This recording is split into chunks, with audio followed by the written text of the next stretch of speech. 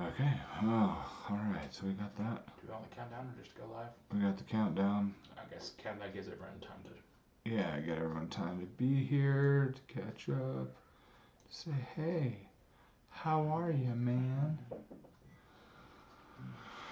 All right. At least that's there. What is this? Alerts box. Oh, there we go. Alrighty. Oh my heck. I'm wanting to, I think I want to look up some things on Quora. A few things I wanted to see. Let's see. Quora.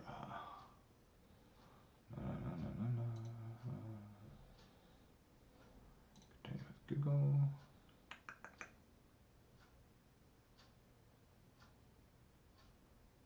Let's see. How do I start a dropshipping business? Okay, let's see. Dragons. Ooh, story. Perfect recruitment thing for the What's army. that? Get learned how to make stuff more deader. Is that Imgur? Sorry.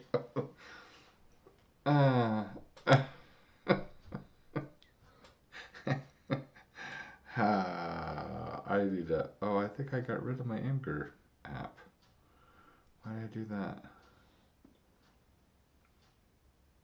Let's see. Kraken pie. That's actually really cool. I agree. That's very cool. All right, so we have some subject matter. Fist like a glove. Did he? Drove into the stairway at the in the garage. Heck. Oh, for a second there, if you look from the front like that, that looks like one of the really high-fangled lawnmowers, Riot lawnmowers. It's not. It's a freaking car. Yep. Oh my heck. Oh. All right. All right. So we got. I don't know. Let's talk about Donald Trump. Why the heck not? I was gonna say, you really want to. I don't know. You want to do you, or we could talk about dragons. I We think got I have less dragons, good things we got- to say than I do. I I don't even have bad things to say. I have things that I dislike. I have things that I like, but nothing major's been done. He missed his 100 or his first 100-day goals. He kept Obamacare. He's keeping Obamacare. Yeah, like I don't know what to say. It's like when I think about it, I want a sandwich. so I don't have a whole lot to say about it. Yeah. Did we fix the camera? Is the camera on you okay? I didn't even notice.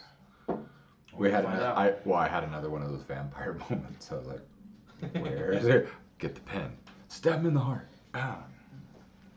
You soulless. Let's see. Finally, I have a place to put my fat pants. That's a cool building. Wow. That's probably one of the coolest fronts I've ever seen to a building.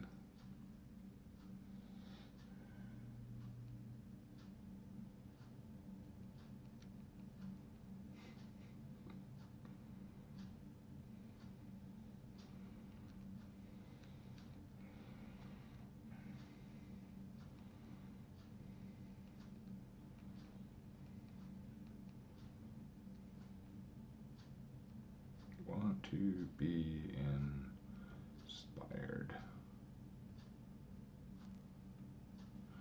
Okay. But we also have dragons, comics, imagination. Now wouldn't that be fun? What about imagination? It just, well then why do they do that? Imagination.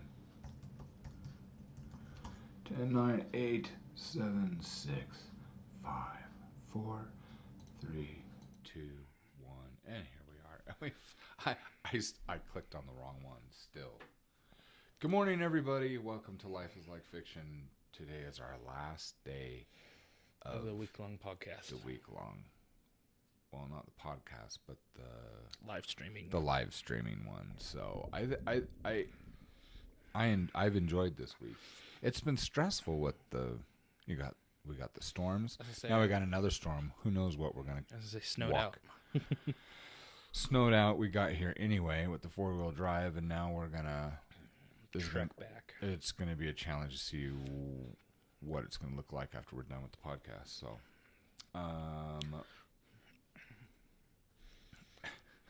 okay, I'm gonna look up imagination in a minute, but I'll move this over. So, yesterday, how do you feel yesterday turned out? I think it was one of the better ones. Some of those topics, because they're kind of important to me. And the thing is that the thing that I don't think that we'll come to terms on with a lot of other individuals is the price of freedom. Well, even bringing this up to your mom last night, when she picked me up from the office, it was funny. She was like, I can't understand, how could you not want those things? And I said, I can't answer those questions. Well, exactly. And so because we kind of feel that way, and there are those that don't, I don't think that, I just don't think that that's something that we're really going to come to terms with. With a lot of us individuals. It's funny because it seemed to be the overwhelming, just the general. If you had to put one blanket over how a lot of the comments were similar to one another, it was that, well, if these bad things on the opposite side, if all these bad things are happening with guns in your country or around the world, you should not be able to have guns. And it seemed like everyone was missing the point, that the point of me owning guns was protecting my freedom, because something bad happens to you does not give you the right to take away my protection. And that's definitely where we didn't come to. Well, what it is when they go, well, what gives you the right? And that's the question that I always say. What gives you the right? And you go, nothing gives me the right. God gives me the right. It's not what, it's who. Well, and that's the point. Yeah. And so, it's kind of like, it's talking about different rights. And you say, well, your countries, the rights are given to you by your government. And because your government gives them to you, it can give them, it can take them. We're not going back to this again, are we? We're both passionate about this. I was ready to go out and headbutt the world, but I don't want. I wanted to talk about publishing and things yesterday, because that's where I was hot, and that's where my mind was yesterday morning. And because I the phrase "the truth about lies," which is the name of one of my books, but it's a subject that I think about often, where we get pulled in and fed a certain line in different aspects of our life, whether it be from people, whether it be from churches or businesses, or trends in society, from movies and music. And then you learn through experience, oftentimes, that it's a complete, I like how Roger Anthony would say, a complete hoodwink. And I just say, it's a lie. And that's really what I wanted to bring up, because, the projects we're working on. I just finished another book for Mike Furby, who's an Army. He's a military veteran. He's serving over in the East. And, I just finished his artwork in his book this morning, and we sent it to him. I'm pretty excited about that.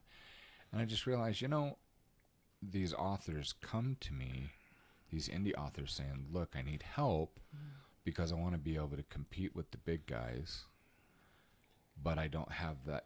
I'm not getting picked up by an author or agents. I'm not getting picked up by a publishing company. But isn't there a way for me to compete on the same ground as, say, somebody that is with a New York publisher? And I try to be honest, and the thing is yes and no. I mean, they don't, and I don't have the resources that a big company like that has, but the opportunities are still there, mainly because of the internet. We have direct access to readers. The other thing is that we don't have to accomplish as much as a big publishing house does to be able to get as good or better results in our own personal lives, meaning the author. Yeah. Because, Well, I think a big part of it is, for example, when you talk about resources, the thing with the big publishing houses, you have how many dozen people whose job is to make sure this gets out there. The job is to make sure it gets in front of people. The job, and so when you think, well, why can't I have say 50% of the profit? Well, because you have to pay all those people to do it. And that really is the only challenge there, because I remember someone wrote, gosh, I'd have to look up these articles, but I remember reading, anyone who wants to know about what's really happening in the publishing world as opposed to the indie author world, they should go look up J.A. Conrath. He's absolutely brilliant. He's really good friends with Barry Eisler. You can also look up things that Barry Eisler writes now about the publishing world. But what's amazing about it is, I remember reading part of an article where someone in the Big Four publishing arena says, well, we have to sell our ebooks for $14.95 because doing ebooks is so expensive. And people like me are sitting back and laughing our butts off because I'm saying, no, it's really not. And it's only when you take into account what you just said, it's the people that they have to pay, because, I use software and the actual cost to me is close to nothing other than the time and the effort. And so, of course, when I get at least 75% of anything that I sell, that's a lot better than, I think, even someone like Stephen King only makes like 18%. I don't know what it is. I think that's on print books, and then they get about 8.5 to 9.5% on paperback deals. And everything varies. I mean, I could be, of course, I could be wrong, but that's contract to contract varies. Yeah, absolutely. So you have people that have brilliantly done contracts.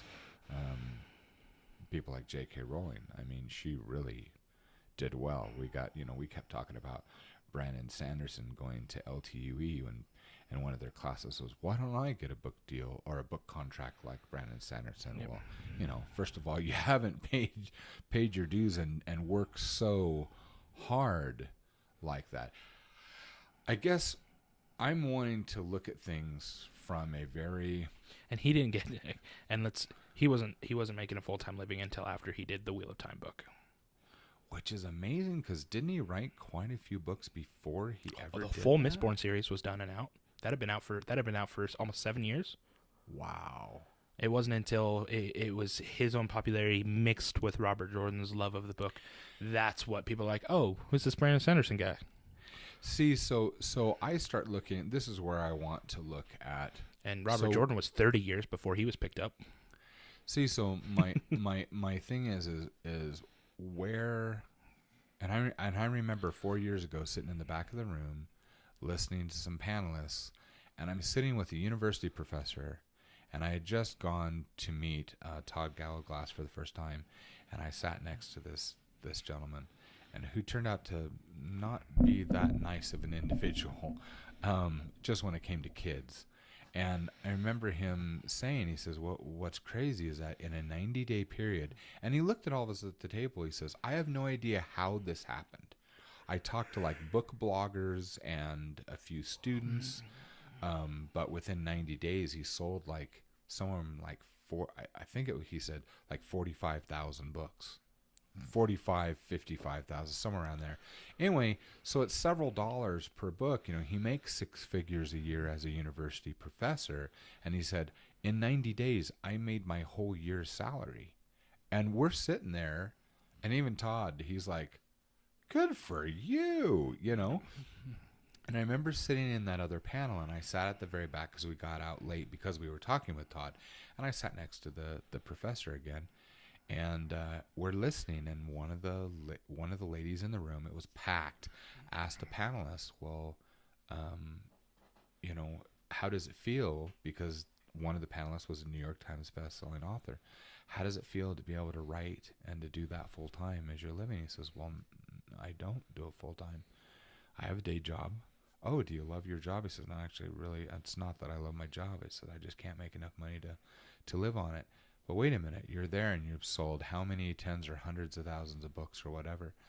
And he said, I don't make that much. You start questioning choices. Why, when, like the examples you just gave with Brandon Sanderson and the gentleman that wrote The Wheel of Time,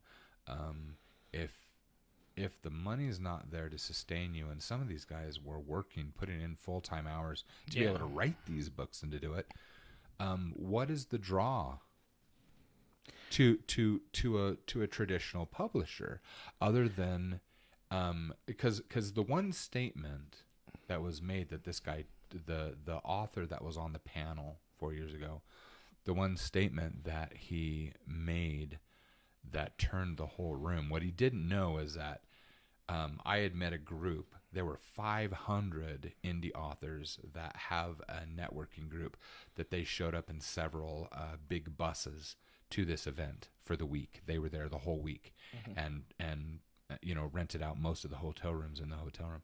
So I'd gotten to know that such nice people, and they were very encouraged about that they were going to meet these individuals. This one lady, kind of a mousy mom, and she asked a question. She says, so why don't you, asking the New York Times author, so if you're not making a full-time living and your books are wonderful, he had fans in the room, your books are wonderful, well, why don't you do, independently publish? And he goes, no. And the comment that he made, generally speaking, was, you're not a real or a valid author or writer unless you're traditionally published. What he didn't realize, I'm assuming he did after, that whole room turned on him at that point. They felt disappointed. They didn't get aggressive. Everyone was polite, but they if you could have heard the comments. And when we went and got coffee afterwards, they're like, that wasn't very nice. What do you mean? But it was the professors, the guy who was sitting next to, that it burned into my brain. And that was, he says, wait a minute. He says, so I'm making a full-time living and I make 6 figures a year. Why am I listening to this guy then? And there's pros and cons. There's a lot to be said about it. And that's kind of what I want to discuss right here. I think there. So that's a lot to take apart. I don't know if you want to read that or not. I can't quite see what the comment is, but good morning. Good morning, everybody. So we got Bobo, and Bobo says, Bobo, the foolish goblin, plops into chat, falling from a panel of nowhere. Ow, okay. Well, welcome. Good to have you. I got to do this because I can't see anything this morning. Yeah, I don't have my tablet open to read the chat. I should open. Ow, okay. Note, Mark, do not sit on a panel rigging. Goes back to watching the hosts sitting on the floor. Good morning, Bobo. So a few things. I think so. One, I think it's ingrained in a lot of people, especially those that aren't of a entrepreneurial spirit, that you need a publisher. Yeah. Then I think you have individuals that know you can be okay self-publishing, but it is not worth all the effort that has to go into self-publishing. Oh. Because here's the thing. How much time do you spend writing versus how much time do you spend trying to get your book out? Okay, so stop right there. I agree with you, but there's a caveat that people are not aware of. And this is where I bring up the example of Barry Eisler. Okay, so Barry Eisler... Was he self-published for a while? No, here's the thing. He and I, because... No, he was traditionally published. Traditionally published. Okay, so here's what you need to know about Barry. First of all, Barry's a friend. Barry was the first person I think we've never met in person. It's always been through emails, through social media, and all that. He found the Wanted Hero. He found the Wanted Hero comic book. Better. back in 2005. If you go to barryeisler.com, I think he still has a link to wantedhero.com. He's Acid Rain, right? Yes. And here's the thing. So we had these discussions way back when. We met because he found my comic book. He liked it. He was kind enough to send me an email and say, Jamie, I just wanted you to know I really like your comic book. It reminded me back when I was a kid, and I really enjoyed it. I just had to let you know, well done. Thank you for the experience. And so I look him up online. And I'm like screaming in the house, and sure enough, I've got my laptop. Honey, check this out. This guy's famous, and he likes a comic book. And we look it up. She's like, oh, my goodness. And we go to barryeisler.com. Those of you who like assassinations and oh gosh, those of you who like assassinations, gumshoe, yeah, I guess that sounded bad, but you like government type books. Anyway, I have a story about that. I'll tell that in a minute too. But go to barryeisler.com. Brilliant writer, not for kids, just so you know, not for kids. Anyway, Barry's awesome. He's a good human being. He used to work for the CIA. Anyway, so he writes these books. He's had a movie out, made his movie. John Rain was played by Keanu Reeves. So good stuff. Anyway, so here it is, and I email him back, and I'm like, excuse me, Mr. Eisner, would you be willing to write a review? Because I was brand new, like within months. And he's like, absolutely. So he writes a review, and I put it on my site and put it in the book. He's done a couple others since then, and it was brilliant. In fact, it got to the point that I got to know him a little bit better, and I actually made a character based on a combination of him and his John Rain character of Buddy Keisler, who is a gnome assassin in Wanted Hero in the comic books. And now he's also in print in the novels. And that was kind of a tribute to Barry, because I had known him for almost 5 years, and I had not read his John Rain books. And here's the story. So we go to the library. I think you were there. Anyway, and Cecily was there. I remember, we know the librarian because we frequent the library. She's a friend, Robin Smith. And I remember walking in there, and I was so drained of ideas. I said, Robin, would you do me a favor? Would you just pick a book for me, as long as it's not a manual and as long as it's not fantasy? And I actually, if it's not fantasy or science fiction, I need to read something out of those two genres to expand my brain. I'm just too immersed in fantasy and science fiction. Just something like it be anything. I just don't want a technical. I actually want stories, and I don't have a wide variety of tastes. So would you pick something for me, and I'll get it from the library and I'll read it. She goes, awesome. She says, I'm going to give you my favorite books in the world. And she brings out the John Rain, the Hard Rain.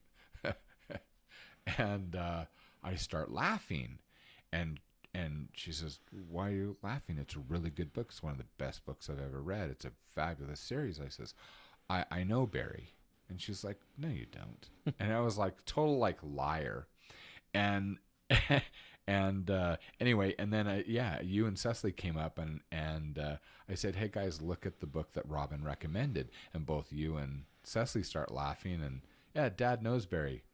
No, he doesn't. Anyway, what was funny is that I'm paid to, if I remember correctly, I got a hold of Barry and paid to have Barry sign a book and send it to Robin for Christmas, I think. Anyway, and I said, Barry, would you please sign in there, sign it for her, and then just put a note in there, and yes, I do know Jamie Buckley. Anyway, and getting a phone call from Robin a month or so later, and like, oh my gosh, you do know him. I thought that was pretty funny. But he's a brilliant writer, and he was traditionally published. He got picked up by a publisher, but here's the thing. He got picked up by a traditional publisher, but he was constantly having to promote and going to signings, traveling, pushing all the time. The publishing company wasn't doing it for him. He had to do it himself. Company. I don't know. The thing is unless you are, because this is all about the bottom line. So unless you are the flavor of the week, unless you're a J.K. Rowling, unless you're unless you are a Brandon Sanderson or a Stephen King, they don't put all the resources behind you that you think that they might. Well, the thing is, I think what people think about traditional publishers is that their goal is to help you. And the thing is, I'm not saying that their goal necessarily is not to help you, but rather their goal is to make money as a business. Right. And I think going the traditional route for a lot of people is probably the right idea if they can do it, because it's the difference of would you rather incur all the risk and possible reward of starting your own business, or would you rather work for an hourly rate? Yeah, we mentioned that the other day, and that's a great example. And I think with a lot of individuals, they go, I want the security. So, well, not just the security. So take the difference between you and somebody else. Okay, I don't want to pick on anybody, but think of the average individual you saw at the Writers Con. They don't have the gumption or the social skills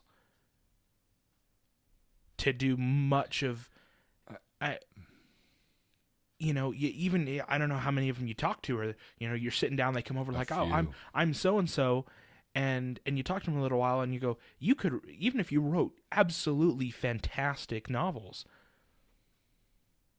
it's hard to have a conversation. It's hard to sit next to you. It's hard to,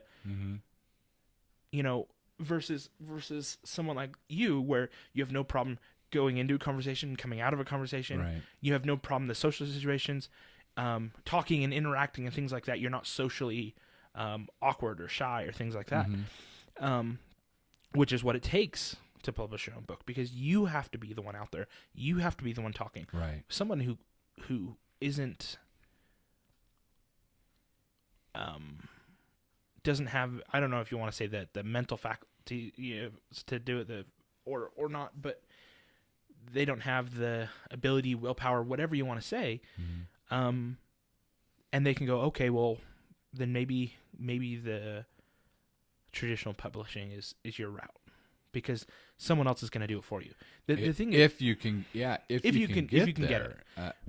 Well, that's a good point. I actually have never considered that. And so my stance, not being a writer, is that you need to know where you stand and what you want out of it.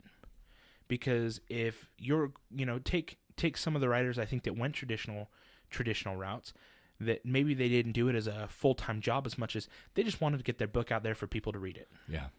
And they go, okay, well, if you're going to pay me a little, it's not about making a full-time living. It's about like, oh, you're going to pay me, but you're going to get it out there. It's going to be read. It's about the fame. It's about the this. It's about that. That's probably a good majority. And people that I talk to especially knew that they haven't gone through like what I've gone through for the last almost 2 decades. That's usually what you hear.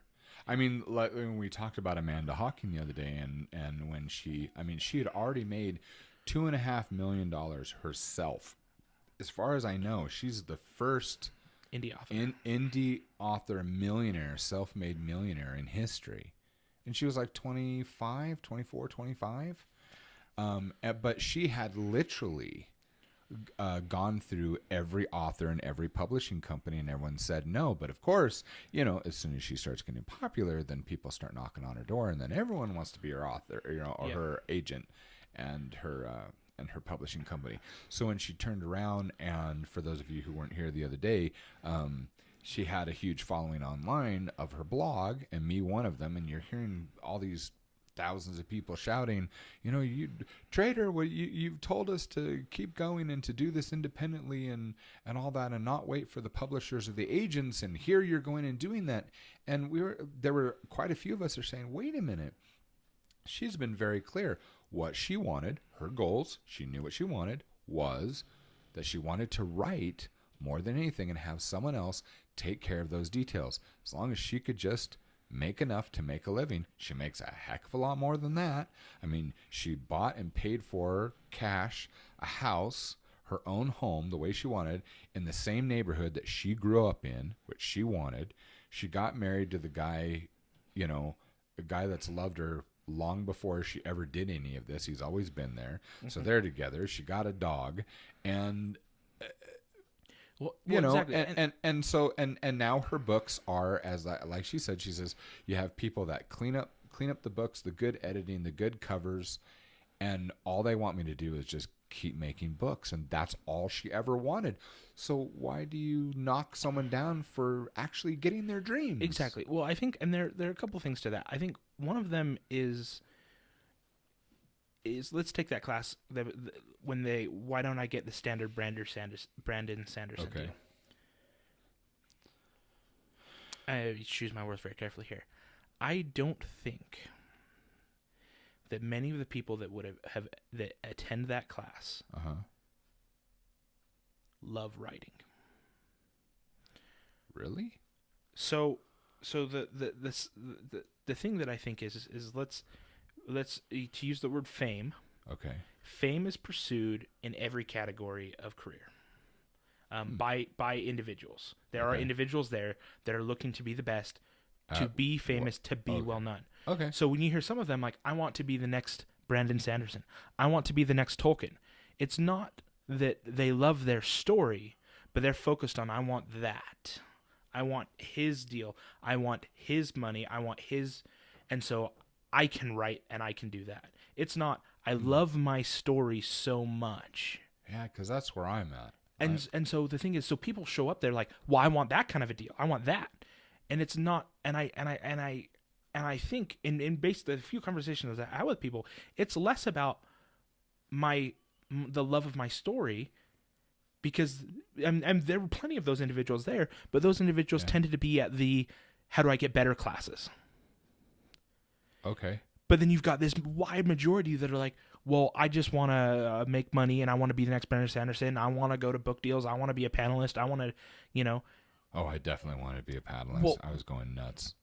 Well, but my point for a lot of them is they go, I just want the recognition. I want the, and I think it's the same thing as they kind of build it up. You know, we talked about heroes, and we do that in so many areas of life. We build up this idea of what we think we want, how we think we're going to get it. And so what happens is these individuals, like, they get to this point and they go, I want the Brandon Sanderson deal. It's not that my story's good enough, because in a lot of instances it's not. I don't know. But it's not, you know, it's, I want his deal. I want his stuff. I want to be known as the next this. And when you talk to him, you know, you know, I won't mention names, but one of the individuals I talked to, and he goes, well, you know, my style of writing is so unique. He says, I already know I'm going to be the next Tolkien. I was like, okay. All right, cool. You know, okay. And he goes, and people are going to remember my name, and they're going to look back on my fantasy and all this sorts of stuff like that. And I was like, okay.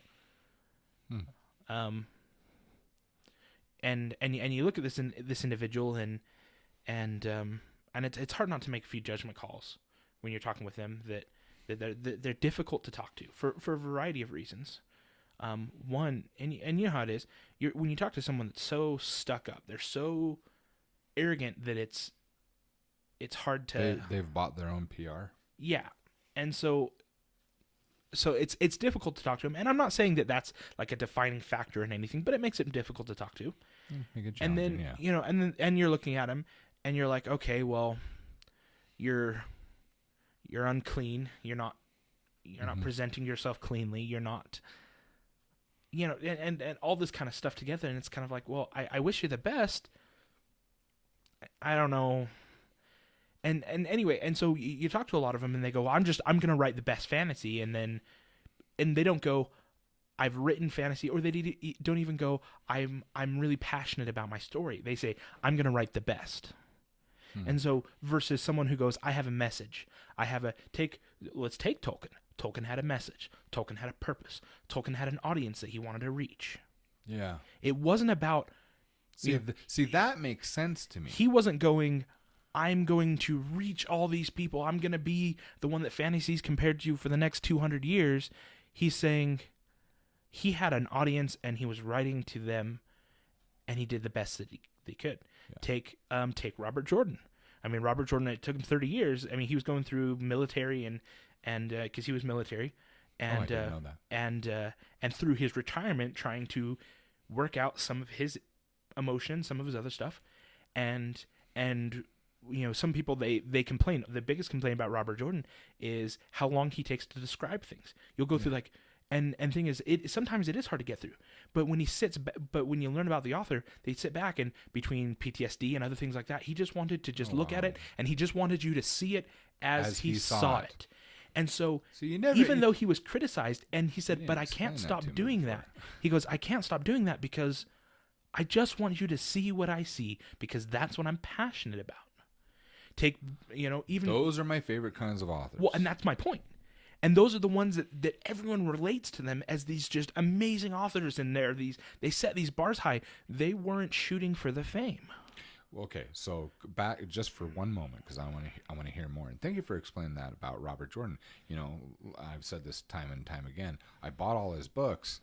I've tried 5 or 6 times to start, and I can't get past the 75-page mark. I just can't do it. I own them, so I'm going to try again. But I love hearing you talk about him. But see, that you just brought up another good point about Barry Eisler. I'm gonna keep beaming in you because of the people that I actually know, Barry Eisler is the best example of a traditional published and an indie author because now he's just doing well. And I think he's probably, I haven't checked up with him a lot. I think he's got his foot in a lot of different camps. It's just he's turning out to be a brilliant businessman as well. But one of the things that I like about the John Rain books is he would travel and go to Japan. So when you're talking about the streets and the businesses and the places that John goes, Barry's staying there. So when he writes about the way that the streets are, when he walks through and the different carts and the different people and the feeling and the lighting and all that, he's writing about what he has seen. I mean, it's funny that I used to be, and we have mutual friends as well. We found out that we had with the A-list and mutual friends, and it's funny, once in a while, a few years ago, he'd write into the message channels and say, "All right, guys, here's a dilemma I've got in my book. I've got to find a natural way to kill a target for his book, how to kill a target in a natural way." And he'd say, "I need to be able to use this, this, and this, and it has to look natural." And when you're talking in a group where the majority of these individuals are ex-military, whether it's investigators, you have some powerful minds with hundreds and hundreds of years of experience in dealing with these kinds of things. It makes for a dad of 12, just a normal guy that grew up partially on the streets, it's quite the experience. It was like, wait, that would work? Yeah, because this, and we've got doctors in the channel, coroners, stuff like that. It's like, wow, these are perspectives that I've never thought of before. But I hadn't thought about that. When the other thing too is, I guess what this is really sparking is to know what you want. You really have to know what you want.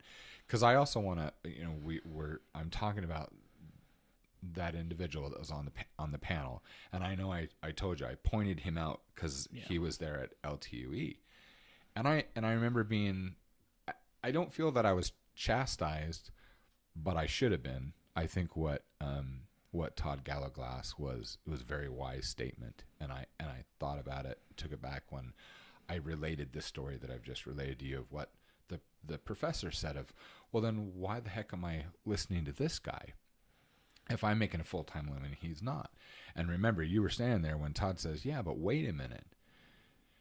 You don't know where that author lives. You don't know what his outlay is. I mean, he could live in a very expensive. He could live in California. He could live in San Francisco. Yeah, he could live in California, exactly. Where $100,000 a year isn't enough to survive in San Francisco. Exactly. So, and we don't know what it is, and so I was like, wow, that's a really good point. How would you like a $7,000 a month rent payment? Well, I grew up. I mean, when I was going to say when I was 5 and 6 years old, the rent rent payment. I know my dad's rent payment. It was $5,000. That's when I was a little boy, and my dad. This is before cell phones, and we had all. I can't even imagine that. 4,000. Well, that's just the beginning. Then you had my dad's long distance phone bill every month was at least $4,000 a month because my dad would international. Well, not just international. It was a long distance call from one state to another. That's true. So, and we lived in areas that it was long distance to call across county lines. Yeah. So this is when AT&T was wow. Well, I think even their apartments in New York City that they're not even like high class apartments, but mid grade apartments that cost more than a castle in the UK. Well, I grew up in Diablo in California, and right next to it was Blackhawk, and there was a time when Blackhawk properties were the most expensive real estate in the country. And I remember I would go to the country club there because I had several friends that they lived in Blackhawk. And I remember that the condos, when they built the condos, and my dad just smiling and shaking his head because, Papa was in real estate syndication, so that was his business. And it was funny finding out that a studio apartment, not even a one-bedroom, a studio apartment, a one room with a foldable couch. I mean, everything was beautiful and immaculate, but one of the condos that was in the country club, I don't know how they define it, but it was in the gated community, the condos that were connected to the country club, a studio condo was $720,000 to buy it. You didn't even get a bedroom, and it was $720,000. So I get the costs, and so I like that as a valid point. But at the same time, you start. Well, I know that you can go. Well, I have 12 kids, but let me throw something else at you. Okay. So this individual, they can say that they might not be making a full-time living, but that's because their book deal is 8%, and they've sold millions of books. Does that make sense? Yeah. Their deal might be that low because of traditional publishing. Yeah. So they're like, I can't make a full-time living. But if you want to talk about they're a good enough author that those books were marketable by this publishing company. Right. And they have sold hundreds of thousands of copies. Right. So then let me ask you this. So that statement of that author saying, you're not a valid, he says, you're not a valid author unless you're traditionally published. But the professor, and it was a fiction book that was based on whatever science or whatever that he taught was, his background, whatever. And he even said, I don't know why it happened, why all of a sudden all these books started flying off the shelves. And they still were at that point. He was only into it 90 days. Who knows how many he sold? But I know up to that point, it was at least 45,000 books. Okay, you are an author. No one knows about you, but apparently someone gets the buzz out and you sell 45,000 books and you get 75% of each book that sells. So if a book is $9, like $6.90, something like that. Yeah. $6.90 times 45,000. Yeah. Are you then? My question to you and to everyone else would be: does that mean you're still not valid? No. What makes you valid? I guess is what I would ask. And I don't know if there's a definable term there because there are two things on that, and the first one is that I think his statement that you're not a valid publisher or you're not a valid author unless you've been published by a publishing company, I think is an ignorant statement. I think it's just I don't know if it's ignorant so much as just opinion. I was going to say I think it's ignorant and I think it's elitist. That I'll agree with. Okay. I don't know that it's ignorant. He's a very I'm saying smart it's an man. ignorant. I'm saying it's an ignorant statement because take Amanda Hawking. Mm-hmm. Oh, 2.5 million self-published. Oh, well, you're not valid. That's an ignorant statement. What I absolutely loved about her is she said, "Look, I don't know that I'm a great writer. I just love telling these stories." Yeah. Well, so and that's where I'm at. And most of the authors that did it, I mean, like I said, so Robert Jordan, 30 years, and writing it, and now he's set this bar for fantasy. In one of the classes, breaking the fourth wall or the fourth language of fiction with mm-hmm. Galagos at the con. One of the things that I appreciated is, he talked about don't write like the other ones do. Yeah. And if you look at so using my example earlier, what are you shooting for? Well, you talk to a lot of those individuals, they're like, well, it's a Brandon Sanderson-esque, it's kind of like, this is like Monopoly, but better. It's like, it's already a game. No one cares, it's Monopoly with calculus, You know what I mean? We're gonna play poker with trigonometry. You're not gonna get anywhere. And piggybacking off of something like that is, you're just not gonna get it, because everyone's gonna look and they're gonna be like, yeah, no, and so the people that tend to do very well, you ask them, they love their stories, and that was the purpose. They love their stories. A lot of them didn't set out. They said, I want to be an author.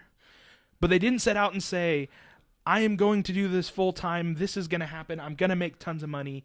They just want to write well. Okay. Is what a live podcast is ours? Ours is a live podcast.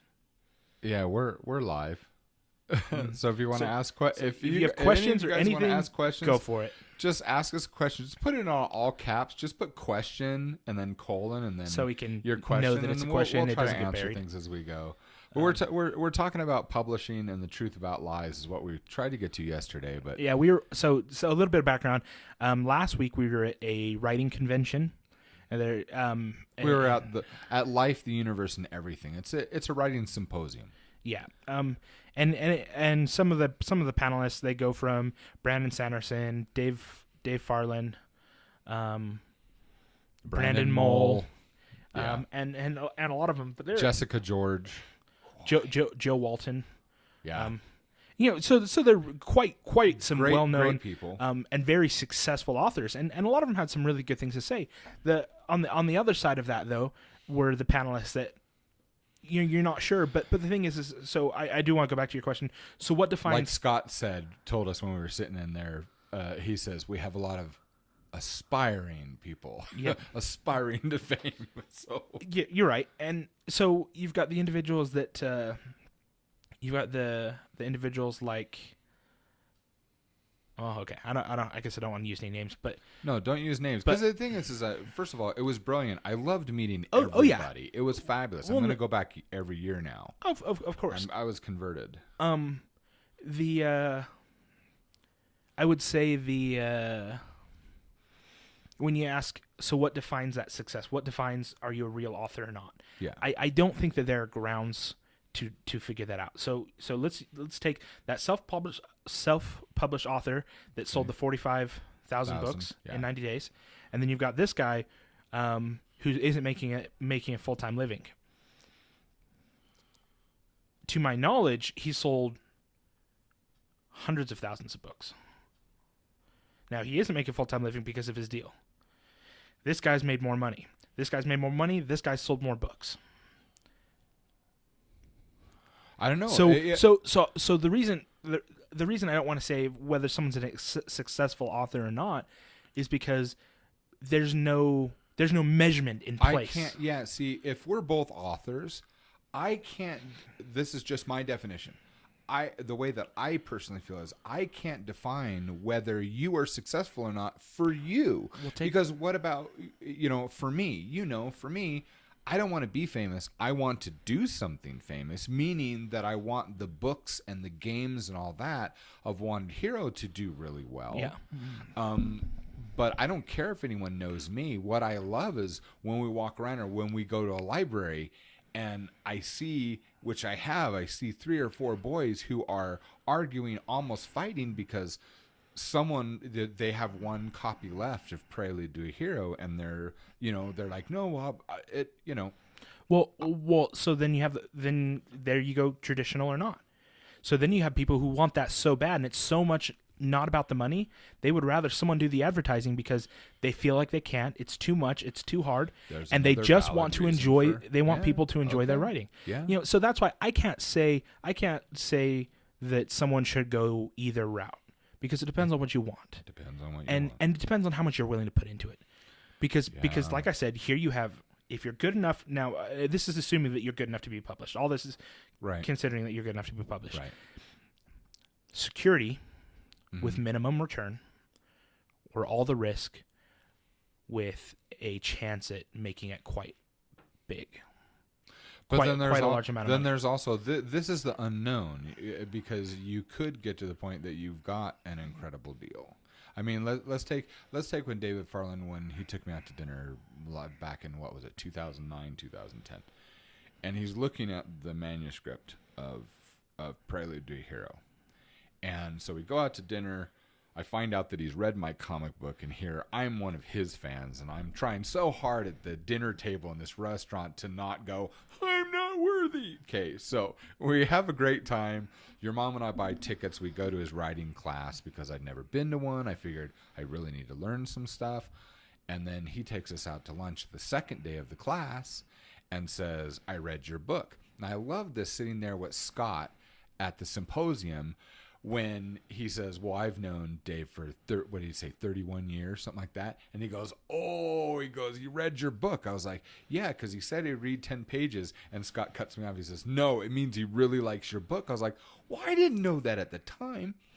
And to find out that you have the skills and the abilities, like he said, he says, look, the good news is, you don't have to change a comma or a period. He says, just as it is, send it out. You're going to have, somebody's going to pick you up. You're going to make a good living. You'll have a good career.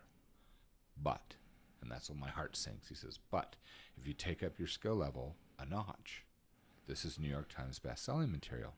And I was like, but you said that didn't happen. He goes, no, I didn't say that. I said that that's not the rule. You've got, this is the general, this is the way things are. We can statistically show that from the moment you start writing your books, it'll be on average 7 years before you get published. And once you're published, on average, if you can get to the New York Times bestseller list, it's about 7 years. So you're looking at like 14 years to get on the New York Times bestseller list. And that wasn't the route I wanted to go. And for some individuals, that 7 years after, too long. Well, I was going to say that 7 years comes at like the fifth novel, starts at like the fifth novel. So, take Dragonlance. I mean, Robert Jordan and Tracy Hickman had written them when they were in their starting writing in their 20s, and it wasn't until they were in their 50s. Not Robert Jordan, sorry. Tracy Hickman and Margaret Weiss. Yeah. What was it? They started writing together because they went to. It was D&D stuff. They just. Well, yeah, and they met around the college age, but they wrote the books. They weren't published and doing well till they were in their 50s. Yeah. Yeah, it's just and so that's where that little bit of luck plays in. David Butler talked about it. That little bit of, there is an element of luck. We need to bring David Butler up as an example. I was just texting him before we started the thing because he gave Lolo that book, and Lolo won't share, so I'm gonna buy it. I'm gonna buy it for my Nook. But I don't know if you know this. The book that he gave to Jamie Taylor, it's a series of 3 so far. Series of 3 middle grade books. It's published by Random House. He's a completely independent. Well, I can't say that anymore. He's an independent author. He publishes all these other things. These awesome books. Some that I want to read for adults. Mm-hmm. And for grown-ups. Let's not say adults. Gosh, the word adult means something totally different now. And yet his middle grade series is published through Random House, so he's got a foot in both camps. We need to have. He said that he would come and do our podcast. We need to actually talk about this. So to answer, the stream is so deep. English is not my main language in the country where I live. We've not got that much comic books or mangas. It will take some time to catch up. Well, I'm glad that you're enjoying it. Well, here, so we're gonna give you some comic books right now. So this is the last day in our week-long of podcasts. We generally just do it once a week, but they're all saved in the VODs on this channel. And if you do enjoy it, this is the 5th one. We've got plenty of other ones. We've got some really good stuff. This one on the video, this is the 9th. This is the 9th or 10th one. Yes, video. So we've had some decent or some stuff to talk about, and most of our topics they'll start kind of light, and we just kind of go down this rabbit hole, and it gets deeper and deeper, a little bit more crazy too. But anyway, so keep going. I'm gonna look for the using those, I don't think that there's a gauge. Here's one. Was Nana a successful writer? So my grandmother, his mom, we called her Nana. She passed away some years back, but she was a poet, and she wrote books and books and books of poetry, and some of the most wonderful poetry I've ever read. Her books used to average about 1,500 pages a piece. And she wrote it because she loved it. So there's that gauge. She didn't sell them. She wasn't publishing them. She wanted to give them to people. So does that mean that she's not an author? That's a good point. So she definitely was. So my point is that it's not. There's 5 comic books for you. There's just no gauge, to say whether someone's successful or not. And I think when people start talking about are you successful or not, it becomes a measuring contest. And it's like, oh, I sold, I made $400,000. Oh yeah, well I sold 500,000 books, even though I didn't make that, and it becomes this huge That's measuring a good contest. Point, though. And the point is that rather than going who's better, who's more successful, or who's legitimate, you can go, okay, well if someone wants to go this route, then he's the one to talk to, and if someone wants to go this route, they're the one to talk to. And let your experience in the area that you have experience be just that. And I think comparing yourself against these other people, it's a losing game. Comparisons at any time is a losing game. Exactly. So I think to compare it's kind of like that successful. So let's take me. So I'm fat. I'm overweight. And if I judge myself on the ability to hike up this hill by the guy that does it 3 times a week, that just goes jogs on past me up this mountainside, I will always be a failure. But when I hit that top point for myself and I go and I'm breathing hard and I'm sweating, I'm kind of like, but I did it. And I can say, I'm here. I did it. And that's an achievement. Now for him, that jog maybe took him half an hour. What took me 2 hours probably took him half an hour. He did 4 times as fast as me, and he gets to the top okay, what's next? So you can't judge your success based on other people, and it's a horrible thing because we make comparisons with everything, right? We make comparisons all over the place, all the time, and it's a losing game. I think like you said, you should do it more like benchmarks rather than or guides. I like this particular skill or talent or ability, and to go to someone which is funny because that's actually a talent and ability in and of itself, to be able to go to someone and say, look, I see that you can do this, whatever it is, and I'm interested in learning how to do that. I can't do that. I would like to learn. Would you be willing to show me how you do that, or what I need to do to at least go in that direction? So I think when you make the comparisons, because that's exactly the point I wanted to bring up. When you make comparisons, someone's always going to be the loser, and I don't like that. There are times in competitions, specifically in competitions, there needs to be a winner, there needs to be a loser. Okay. But I think to turn everything into a competition is wrong in that. Let's take again that example of going up the hill. If I'm comparing myself to that, then it doesn't matter what I did, what I accomplished. I'm just a loser. Yeah. Now the thing is, if we were I don't racing, agree that you're a loser. I agree with your points. But the thing is if I myself am judging myself on his ability to do that, it's completely different if I looked at him and I said, "Let's race," and he beats me. I lost. Okay, I'm the loser. Right. Okay. But to internally look at his progress and my progress and make a comparison, all of a sudden I'm a loser. And at the same time, let's say that I'm doing it, but then I've got a guy in a wheelchair and I'm like, I can go up that hill and he can't. I'm the winner. Oh, well, I've just put somebody down too. Yeah. And again, if that guy in the wheelchair says, I'll challenge you up that hill. Okay. All right. But the rules are set. So what you have is there's a place for competition, and I love the idea of competition. I love I'm not, we're all winners. but to put the competition and put the comparisons where they ought not to be, I think is an unhealthy mindset.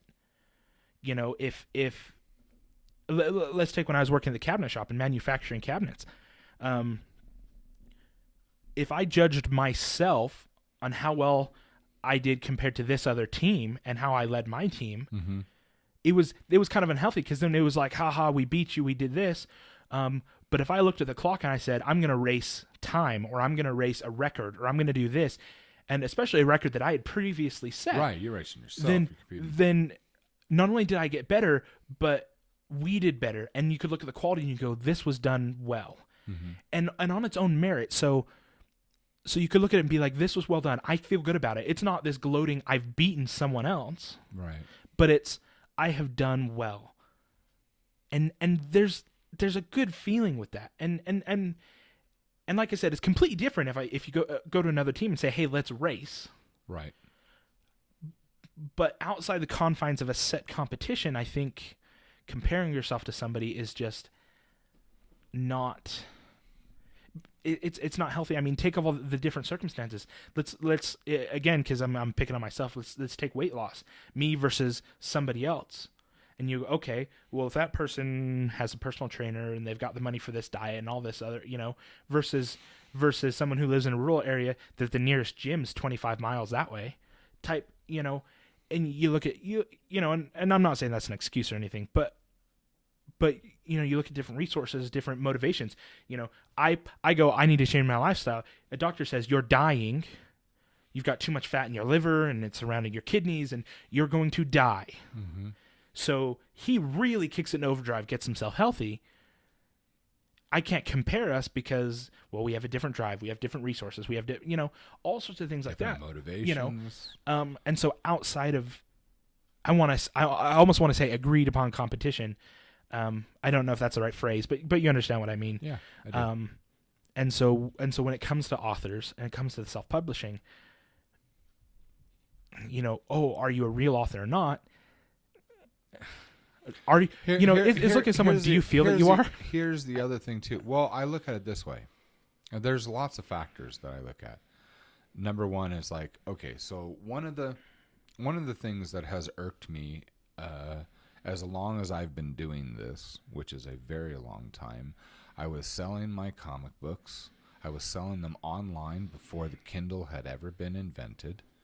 And so I have experienced in certain areas of this, and everyone other than my own family was always telling me, you can't do that, it won't work.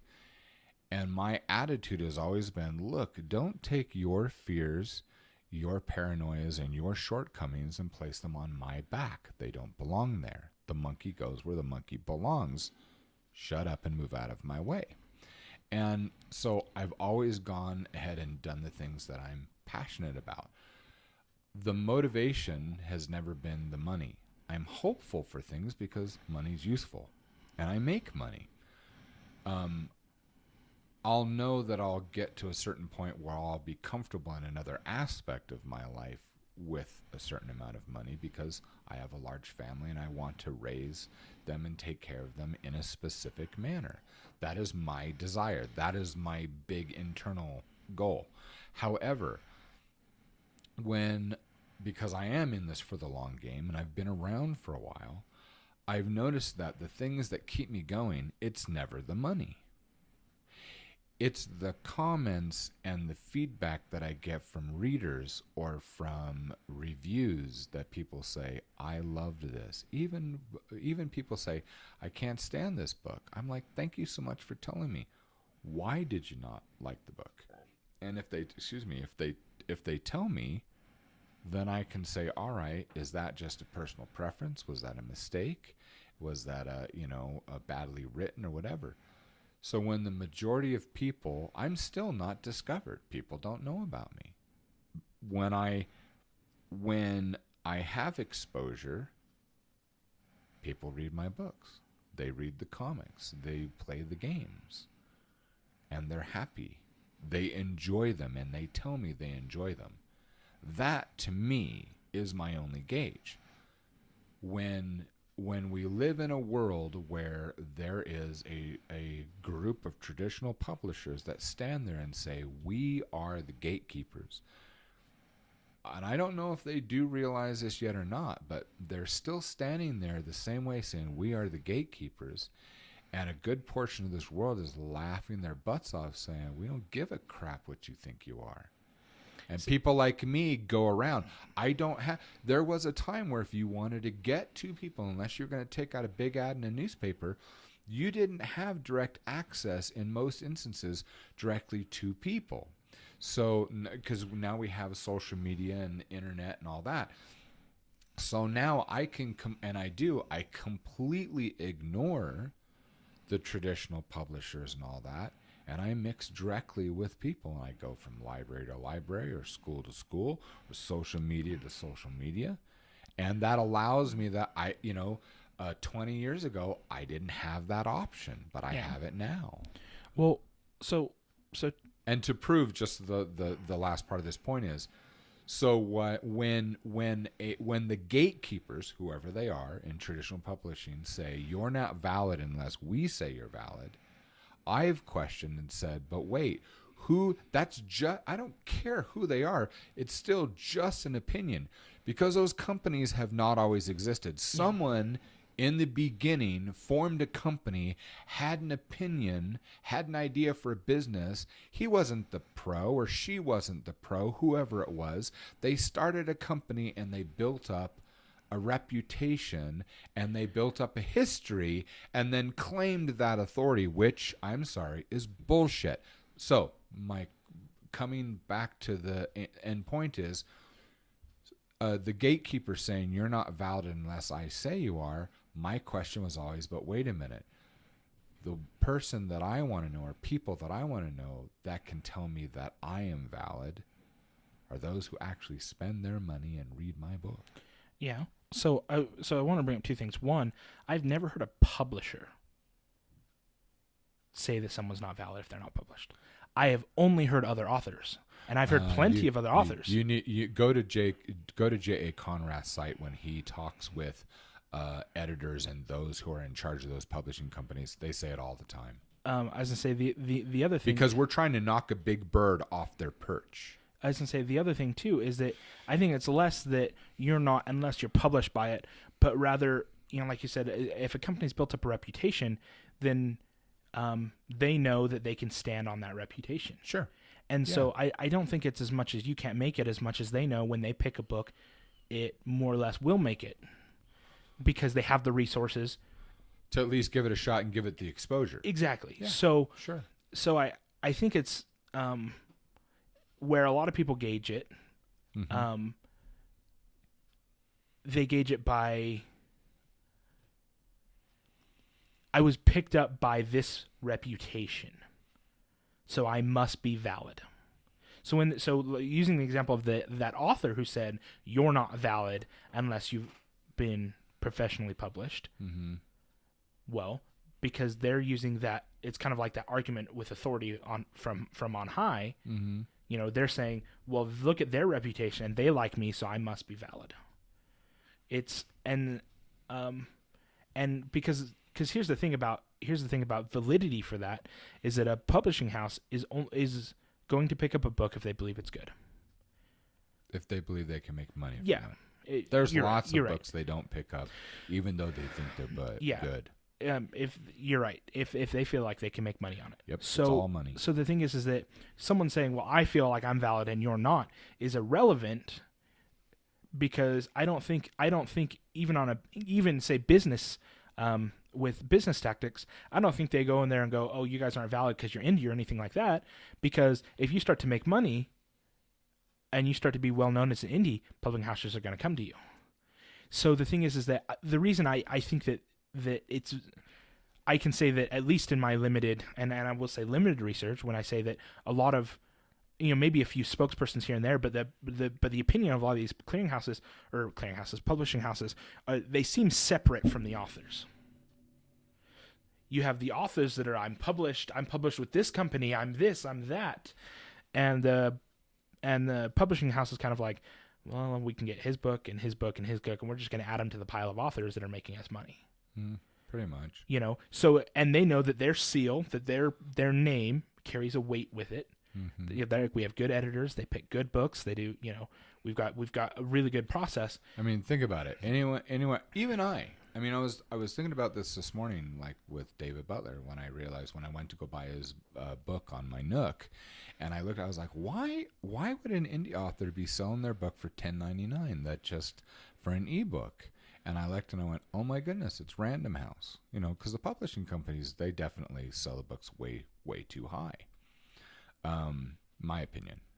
And but it's funny because I thought, you know, here Dave's self-published quite a few books, quite a few series, and this middle grade is with Random House. And I thought, would I do any of my books a series and have it with Random House, with, you know, like Simon and Schuster, you know, or Penguin Books, you know, these Tor, these huge names? Would I do that? And yeah, I would. Would I do it with my fantasy? So here's the other thing. You know, and I would. I'd feel elated. To my knowledge, Mistborn and the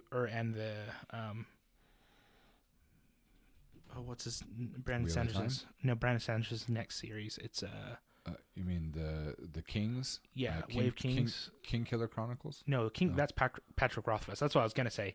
They're like his Words of Radiance, Oathbringer. I forgot the name of the series, but you know what series I'm talking about. Yeah, I believe they're different publishers. Well, that's very likely. And so my point is that his Mistborn series, his deal probably sucked. And the reason I say that is because they were being sold, and they were and at one point even they said New York Times bestseller wasn't making him a full-time living. You know, so he had that joy of writing. He got really good. Now he goes, well, now I have a foothold here. Well, the other thing too is that, and I could be wrong about that full-time living too, because obviously everyone wants to go over things here and there. There were also people there at the symposium that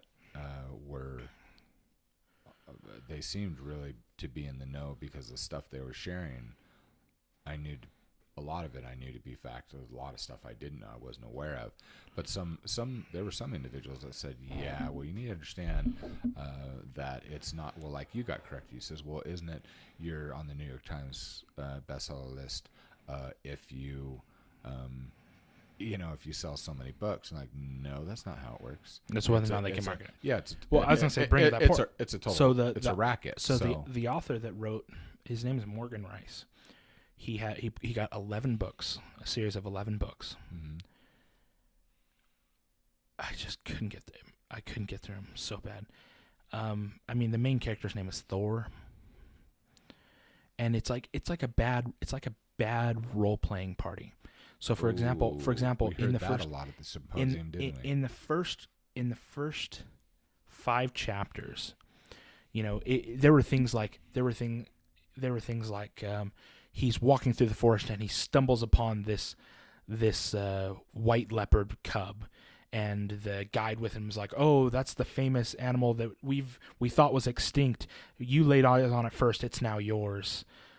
It'll be your combat mount for the rest of your life. And, you know, and then like half a chapter later, oh, you found this hidden sword of untold powers. You're now the leader of this. And you're kind of like, this is lame. And it's like, and they do that in like a paragraph and a half. Like, oh, you found this. It's so rare. No one ever found it before, and all this. And where did you find these books? On the New York Times bestseller list. You are crapping me. Are you serious? So the author's Morgan Rice. And maybe the end of his series, he became a good writer. I was like, I can't get through this. This is so bad. I was like, you could go find half the Reddit users, and their little short stories would blow this out of the water. Wow. You know, and which, by the way, writing prompts on Reddit, I highly recommend it. Okay. Some of those are really enjoyable. Okay. But they're just, well, they're writing prompts to get you writing. Right. They kind of give you a situation, and they're pretty decent. But anyway, so finding out that so the New York Times bestseller list is, well, how easily can it be advertised? How easy can we get it out there? And all these other things. Right. So it's less about the sales. It's less about how that was set up. Could be who you know. I have no idea. Yeah. I have no idea. I've never looked at it as.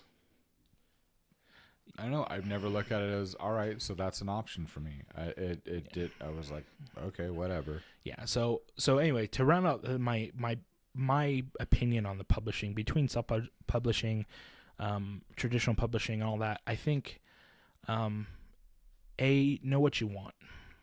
Mm-hmm. B, if you know what you want, you need to understand where you need to put your effort in. Right. C, I would say, I guess maybe that kind of rounds it out. I would say either one is a viable route depending on what you want. And either one, regardless of what route you pick, if you want to be successful in either camp, you have to understand you got to be in it for the long game. Exactly. And there's no, Most like you said, people are not. I don't remember who you're quoting. It only took me 30-something years to become an overnight success. It's Charles Schultz, my favorite quote. He says, "Only took me 29 years to become an overnight success." I love that quote. So talking about peanuts. So with stuff like that, that's just my point overall with those is that you're not you got to put in the hard work. I think if you're shooting to be a panelist, I don't think it should be a butting heads. I realize that you're right, and I don't that it want to should do be that. looking at each author individually and say, here's where the road goes either way. While they're both valid, they both have pros, they both have cons. You need to figure out what you want and what you're going to do, and you need to pick one. Then you're going to go down that road, and you need to know what it takes to go down that road. One's going to go to a sea. You need to know how to get on a boat and go. The other one's going to go through a desert. You need to know how to get through that. You know what I mean? Right. And they're completely different, but they're both going to take hard work. They're both going to be there. And I'm realizing too, if you end up as a panelist, you have to realize that the other people on the panel might not agree or have an open mind. They might want to, flay you. And because here's what I did learn. This is from personal experience. I think a lot of time when there was such a huge backlash against indie authors, especially when Amazon came out with the KDP for people to publish their novels on ebook format, and that is we are a very painful reminder, especially if we start making money, especially if we make a living, and unbelievably so if you're like somebody like Amanda Hawking, where she makes millions of dollars on her own efforts, all on her own without someone helping her. You might have someone who's traditionally published that might not even be close to being on it. Remember, because this whole conversation has been on New York Times bestselling authors, not published authors. And we are a very painful reminder that we did not go the route of the pain and the patience and the unbearable waiting and timing that a publisher does. So you get accepted. Your book might not be published for 1 to 2 years. Yeah. It doesn't just all of a sudden go on the shelf. Whereas me, I finish a book. Let's see, I'm done. Is it all good? Yep, it's all good. Get it up. I'm up and making money in 72 hours. Yeah. So we are that. We're that not thorn. We're a dagger in the side that we're able to get to some of the things that they're striving to do, and we're not willing to, what they think, pay that price. And to me, in my mind, just these are my goals and my feelings, and I've done this longer than most people I know. I've been doing this longer than most indie authors that I know. And that is, I never wanted what they've got, and I think that people have the majority, not everybody, but the majority of people that I've met that have tried to go the traditional route, I think they have sacrificed too much. And that's just my opinion, because I would rather have less results and have control over that creation of mine and to be able to go with it wherever I want. I don't believe in exclusivity. I don't believe in taking the universe and putting it in a box. Well, I was going to say, but you feel that way across your life and all the other things too. And that is true. And that is what makes me an anomaly in a lot of ways. Well, and you can say, well, that's just there's the patriotic, there's the American, the idea behind that. So I want to switch gears a little bit here. So publish and buy a gun. No, just kidding. Just kidding. Just buy a gun. So I want to switch gears a little bit here. Let's theorycraft a little bit. Okay. So you're a panelist, and someone wants to take your argument apart. Take my argument apart, or take your opinions apart about self-publishing, other things like that. They want to confront you, flay you, as you put. Oh, okay. So I want to share from someone in the audience or from another panelist. Another panelist. Oh. Okay. So I want to point out my experiences when that happened at the Writers' Con, the LTUE. I didn't get to see anything like that. Okay. Even just disagreements between them. Uh-huh. I mean, there were some that were more heated than others, and that's why they have a moderator to try to step into that. Uh-huh. One, in any disagreement, the individual that took the high road, that let it roll off and didn't attack back or things like that, was their opinion just became, whether or not you felt they were right in the beginning, you all of a sudden sided with that individual. Yeah. So I kind of wanted to talk about the skill set needed to be a panelist. So my son, we're going to do this now. You're trying to help train me. Is that correct? So I don't headbutt, knock people like out, and stand over and go, huh! Kind of. So you say something about self-publishing. Someone goes, well, I disagree because of this and this and this and this. And even you've got people that go, well, that's your opinion. Even doing that, people go, that was kind of petty, And so let's take, for example, there was a lady, she kind of, I don't want to say she attacked Todd Gallaglass, but she very much disagreed with him, very much had a lot to say about it. And he kind of looked at her and he was like, moving on. Yeah. And people afterwards were like, well, that was terrible of her to do that. That was terrible to, and what happened is his credibility went up by not engaging in that. And versus you have a few panels where there's two people on opposite ends start disagreeing with each other and they kind of start going this back and forth. And all of a sudden everyone's like, kick them both out. It doesn't matter who's right anymore. Just kick them both out. Wow. And it's like, we don't want to hear from either of you now, because you're both dicks, and I didn't have any of those experiences. Wow, I missed some good panels. or the poetry panel where the lady's just constantly going over and she's kind of going after people's things, and they're kind of like, everyone's kind of like, you don't have anything valid to say. Your personality has turned us off. Yeah, your personality has changed our opinion about your opinions. And so in talking about, and I think that this could be used everywhere, not engaging in the argument. A good example of that is Jordan Peterson. Okay. Every time, being attacked and not going on the offensive, not, defend yourself, defend your points, defend your, as needed. There's sometimes where he just kind of let it go because it wasn't worth the argument. Because what happens is then you have this no-win situation. Here's a good example.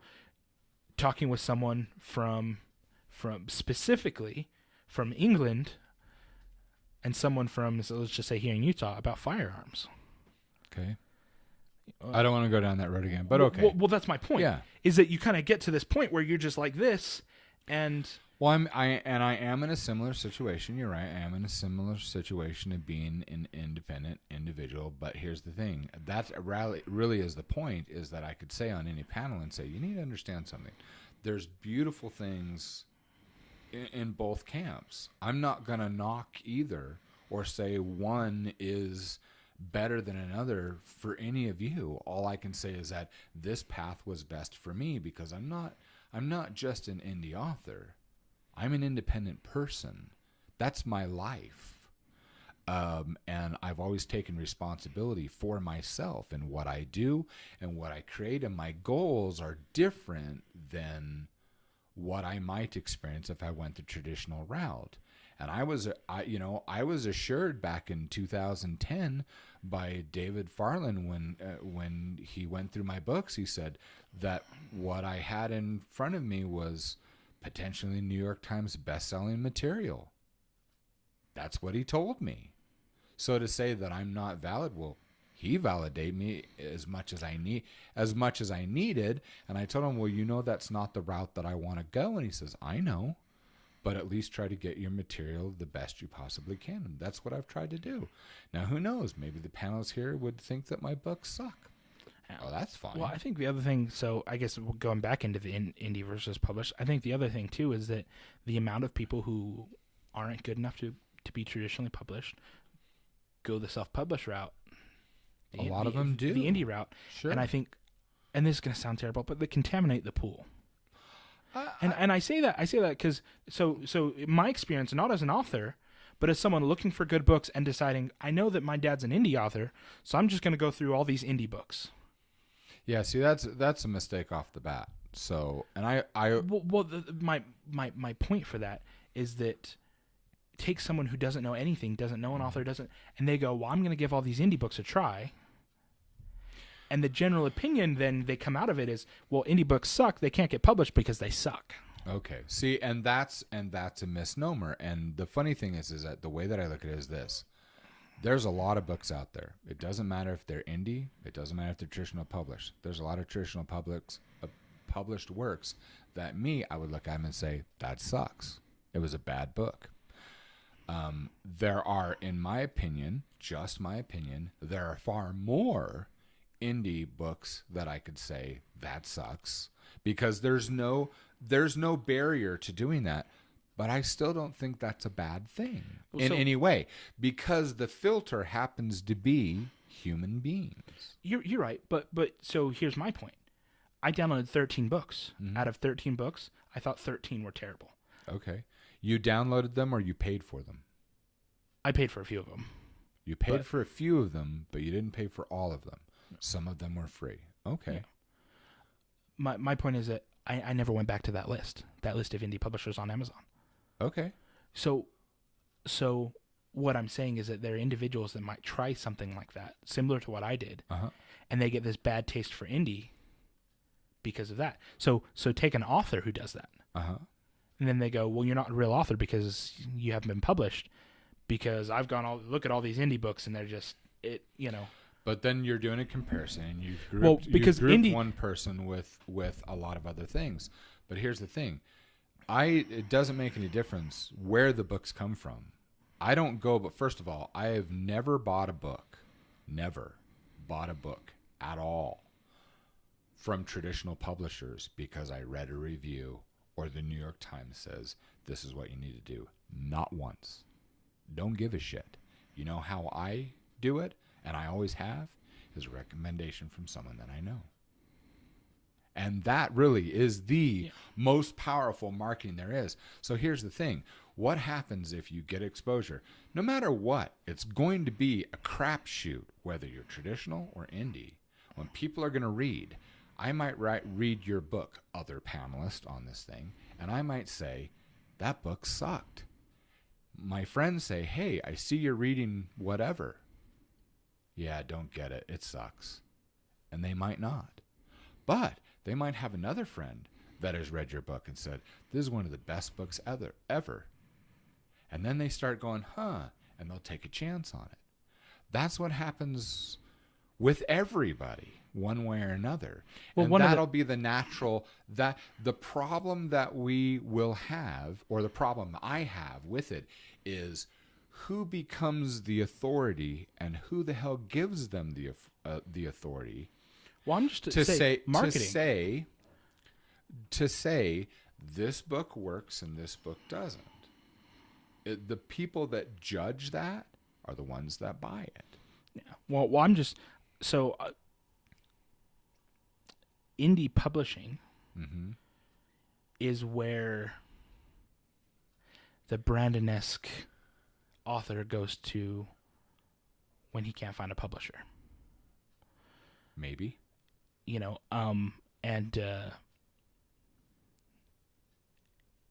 and I don't know it. How do you tell? So how do you tell where to find a good? So I turn around and I say, have you read anything from Barry Eisler?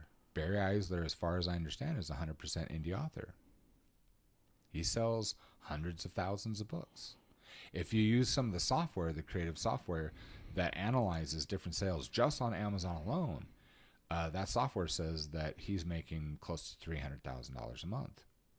So money, exposure, fame. His agent, there were articles written on this, you can still find them online, where his agent offered him $500,000 for one book. Just write one book. And he turned him down. He says, because I could make more money doing that independently in 5 years. He was wrong. He made more money than that in 3. So he's indie. So how long was he traditionally published? I don't know, 10 years maybe. So, but here's the thing. What all of us need to be educated in is that independent publishing, it's a process. It's not a singular group of people. It's a process. It's something. It's like the difference between Chevy and Ford. Okay, it's publishing. It's a different way of doing things. It had a really, really bad rap in the beginning because it wasn't so much the indie publishing, it was the vanity press. It was companies, publishing companies that are out there saying, well, you can come and be part, one of our books, but you're going to pay us to do it. No, those are, my opinion, those are leeches. So here's this, though. I don't think the average consumer knows the difference between an indie author and a published author. Maybe not. I know that until you started going into all this, I didn't. When you see a cover of a book, there's nothing on there that says indie author. You're right. And so I'm specifically talking about marketing and exposure. Okay. So while I completely agree, if someone recommends a book, well, it doesn't matter if that book's buried at the back of a list that's 30,000 books long. They search for the name of the book, they get the book at the end. Right. The difference is that a lot of that marketing you have to do yourself. You're right. And so when I say, so you've got that thing of 30,000 long, maybe only the top 10 pages are worth reading. Maybe. You still have to do the marketing yourself. You're right. And so the attractiveness of not having to do that. But again, here's the thing. Unless you are the flavor of the week, you're not going to get that. Well, but you're right to a degree. It depends on your contract, depends on your publishing house. It depends on all these things. A lot of factors. Yes. See, that's my statement there is just as valid to what you're talking about as someone saying, well, if they can't get traditionally published, that's what indie authors are. No, it's not that simple. Well, it's not that simple. There's no right. black and white in either camp. I think so. It's kind of like, let's see if I can find a good example. I guess start with this. Anybody can indie publish. That is true. Well, almost anybody. I mean, there are people that have the IQ of broccoli that probably couldn't figure it out. But yes, I'm going to support that statement. That's true. The tools are available to everybody. Exactly. That's the actual truth. Versus a fight with an editor you have to get through to be published traditionally. As far as I know. So what about the idea that that I guess for a lot of individuals that it's kind of like I'm trying to find a good example of that. Why would you go with? I can't even think of a good example. Kind of like if you're looking at two products, okay, and you go, everyone can make these products, but this person has a reputation for a decent amount, or rather, this one has a standard of quality or something like that. Okay, then I would then I choose to go that route. and I think we would do that with a lot of things. And I think for individuals that look at indie, they go, no one, to their knowledge, no one had to go through that barrier to be an indie, because anyone could be an indie publisher. But you're right. But when it gets exposed to people that might buy these products, it's going to naturally filter out to someone that has the higher quality. It will. It definitely will. And the thing is if you look on, like, I mean, let's use Amazon for an example. It doesn't matter if an indie book's published or not. If it's got a lot of good reviews, it's got a lot of good reviews. That's right. You know what I mean? Yeah. The thing that I wonder is, I mean, considering no advertising, let's just say someone stumbled upon books, and if this is indie and this one's published, at least this one had to go through a ringer. I'll give this one a try first. Okay. So I think and I'm not saying whether that's true or whether it's better or not. I think that's a lot of people's opinion when they say, well, I need to be published, because that at least means what I'm trying to do is I'm trying to make an argument for the validity of these. Okay. They say that they have already gone through a filtering process. Exactly, and they can because for example, what about that gentleman with those books that you said was on the New York Times, and you're like, this is bad. Exactly. And I don't know. You know, I almost want to go back and I want to read and make sure there's not a typo in the New York Times bestseller, that it's not. I find typos and stuff all the time. I find New York Times traditionally published and New York Times books that were so badly formatted. I was like, no. I'm saying a typo in that he put that print at the top of his books. Instead of a New York Times, New NYC Times bestseller. You know what I saw? Like that. Now that's interesting, because you know what I saw? I saw a children's book, and it was brilliant. I thought this was clever, and they have to look him up. Morgan Rice and see. They have sold a lot of books, and they are an award-winning. It is an award-winning book or a series here in Utah. Okay, and it's a children's book, so it's not the kind of books that we're talking about right now. But I thought this was clever. You know how on a lot of very popular books, when they've been around for years, and it says 1 million books sold, right? The big bold at the top or at an angle, whatever, on whatever book it says 1 million books sold or 2 million books sold or whatever. You know what I'm talking about? Mm-hmm. So on this children's book, it was clever. It was the exact same font. And at the top of the book, it says 1 million books to be sold. And I actually had the book in hand. I'm halfway reading through this story, which I thought was very clever. I didn't like the artwork at all. But the story itself, I thought it was delightful. But I was halfway through reading the book to your little brother, and that cover burned in my brain, and I stopped and I went back to the cover, and it's when it clicked for me. I went, oh, that's clever. 1 million copies to be sold. So inserting the to be means that they've been completely honest. They're hoping for that. But they hadn't actually sold that many. So I thought that was a clever marketing tactic. So I thought that was fun. Okay, so Morgan Rice. Good morning. Is self-published. See, there you go. See, you've been duped, buddy. And on their site, you've been duped. So there's the point. On their site, it says #1 best-selling author, and then it lists the books. I'm the best-selling author of my books, and that's on everything. I mean, on the first part it says best-selling author. Then it goes down here, best-selling author of my series. See what's going to happen now because of this. He's going to get a reputation. She. So she's going to get a reputation. They were. Hold on. Let me see. I want to see the covers. There's 3 different series, and they were at one point considered some of the best-selling books on Amazon in 2012. Really? In the indie author area, and according to the review of those, according to the review of those, they said yes, but those lists were 17 books long because almost no one was doing indie in 2012 on Amazon. Oh.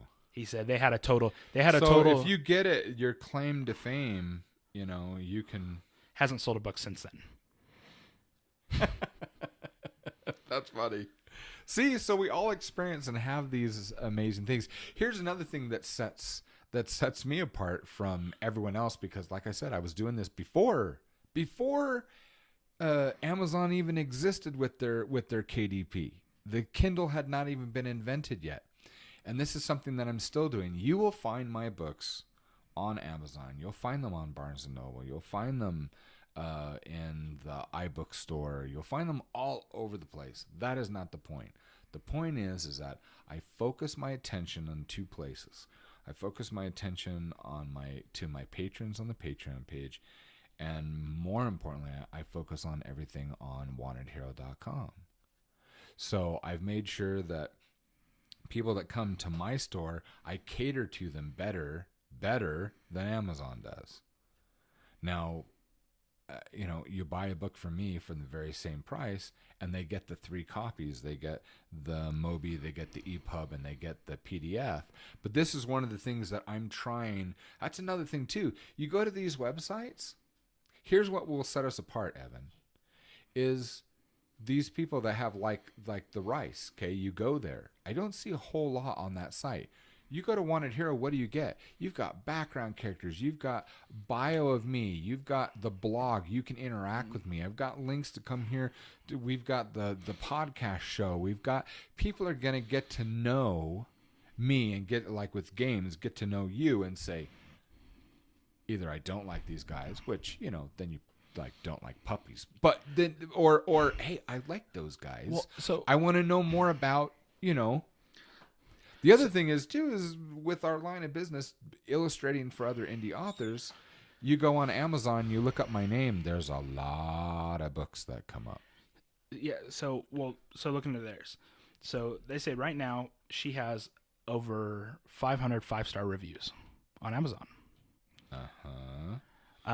But if you Google her name and you go to videos, all of them are book reports and saying, list of bad writers, number 1, Morgan Rice. It's really? that's the first video that comes up. Wow. Let's talk about bad writers today. Morgan Rice. We were at the Writers Con. No one knew who I was talking about. Really? I mentioned this because I was asking. I was like, "Well, aren't they a New York Times bestseller? Aren't they? Haven't you heard of this?" No one had any idea who she was. Not one individual.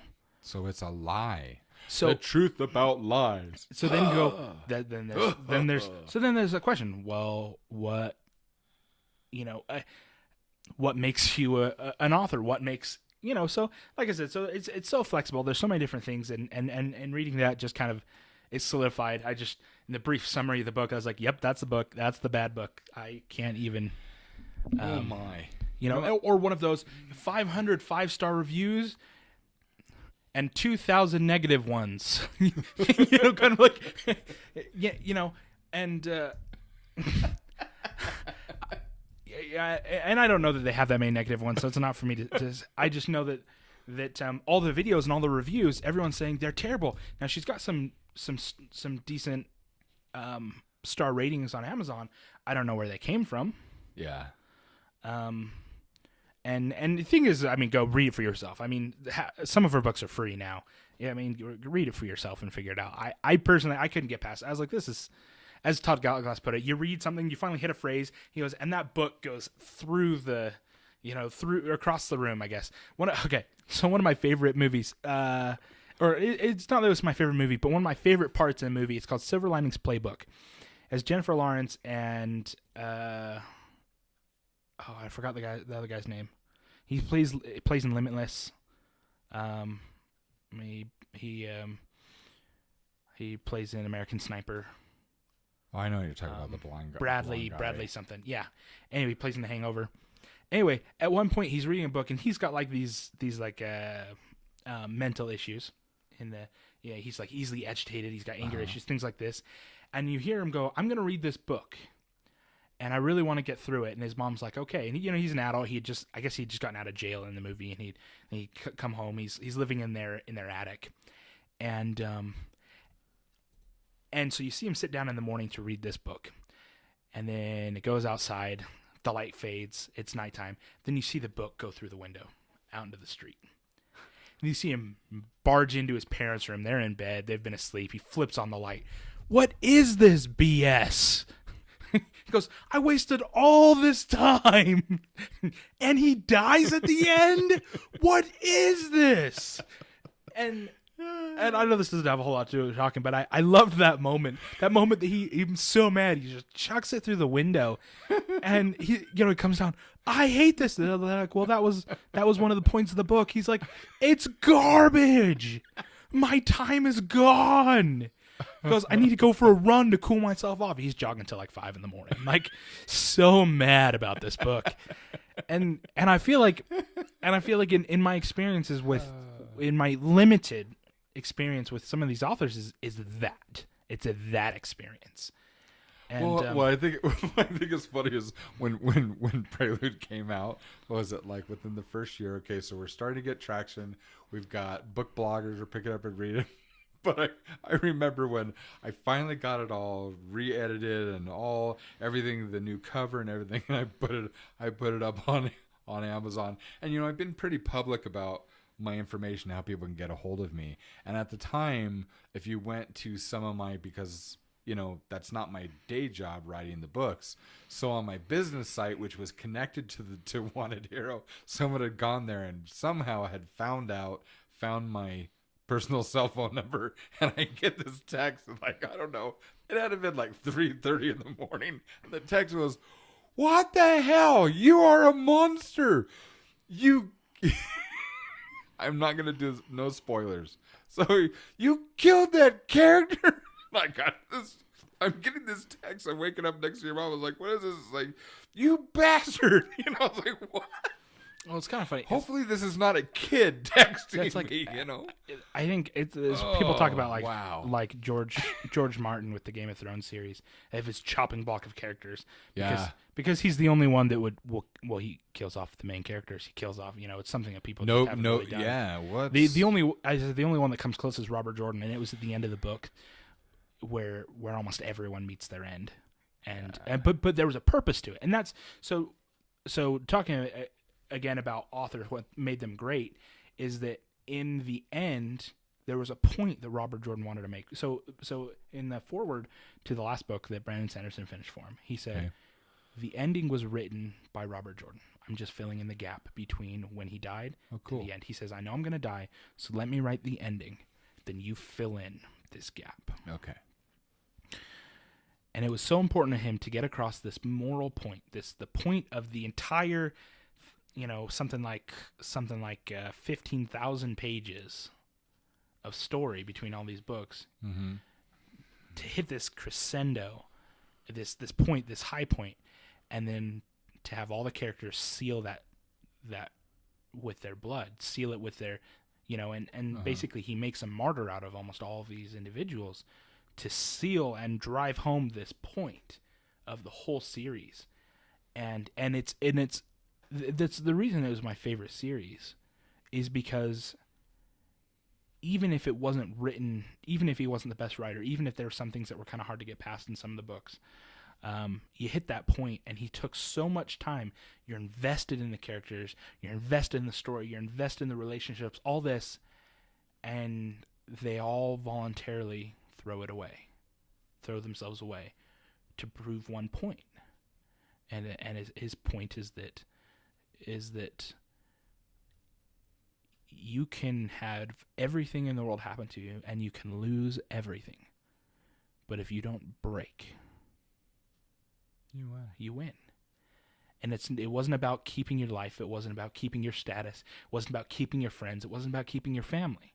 And I thought it's such a, and he drives, and then so in the last half of that book, he's just hitting that point home, because it's not like, oh, this character dies, but it goes through chapter by chapter as each character chooses their end.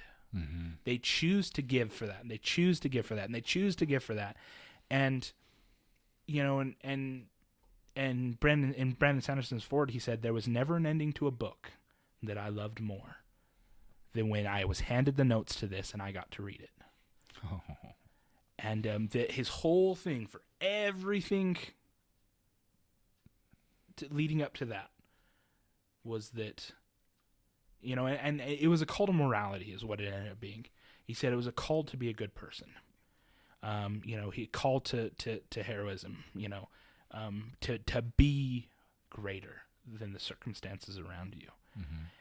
And that's why I think that I can compare him with some of the greats and some of those, because here he's, you kind of break down, it's about your everyday life. It's about your social life. It's about your marriages. It's about your relationships with your children. All these things, your relationship in your society.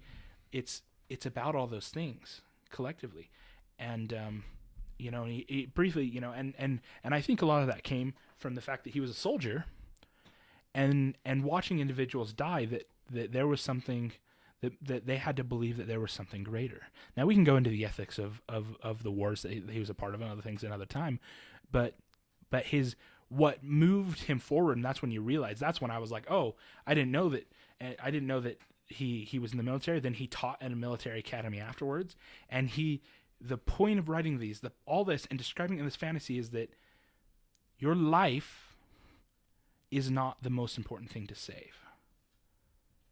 And that to give your life to something kind of seals you in this, as a hero, as this martyr, and knowing that he participated in some of these fights, and he saw people that did that. He was, I'm sure he was probably on the receiving end of some of those sacrifices. And I think what was so brilliantly done is you had no idea that that's what it was ending. Wow. It hits you just from the side when all of a sudden this character has this epiphany and he goes, oh, I guess that's it then. And the bad guy's like, because the power was just taken from him. He's like, you have no authority anymore. You have no power over us. He says, so kill me. And the hero, so kill me.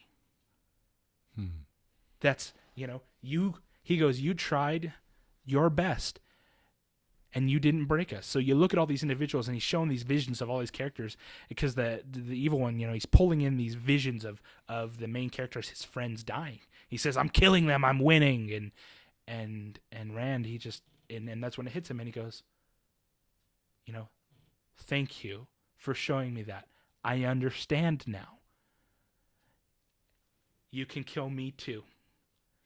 Because each one of them, they earned their place. And that was, and so going into the stories, he wrote because he wanted to convey that point so strongly. Mm-hmm. And then it wasn't until he was already diagnosed, he already knew he was going to die. He had been writing for 30 years that finally got picked up. Wow. And so a lot of these writers, it was write with passion. Right. I loved in one of the classes at the LTUE, at the Writers Con, one of them said that the thing about fantasy is it allows us to write about what's most precious to us and mask it however we want to. And it was kind of a really interesting thought, because I was like, okay, well, I know that, right? It Sure. makes sense. It makes sense. But the idea that you're writing about what's most important to you, and that's what makes these good writers. It's not because you look at all these fantastic writers, there's a purpose to their writing. Yes. There's a purpose.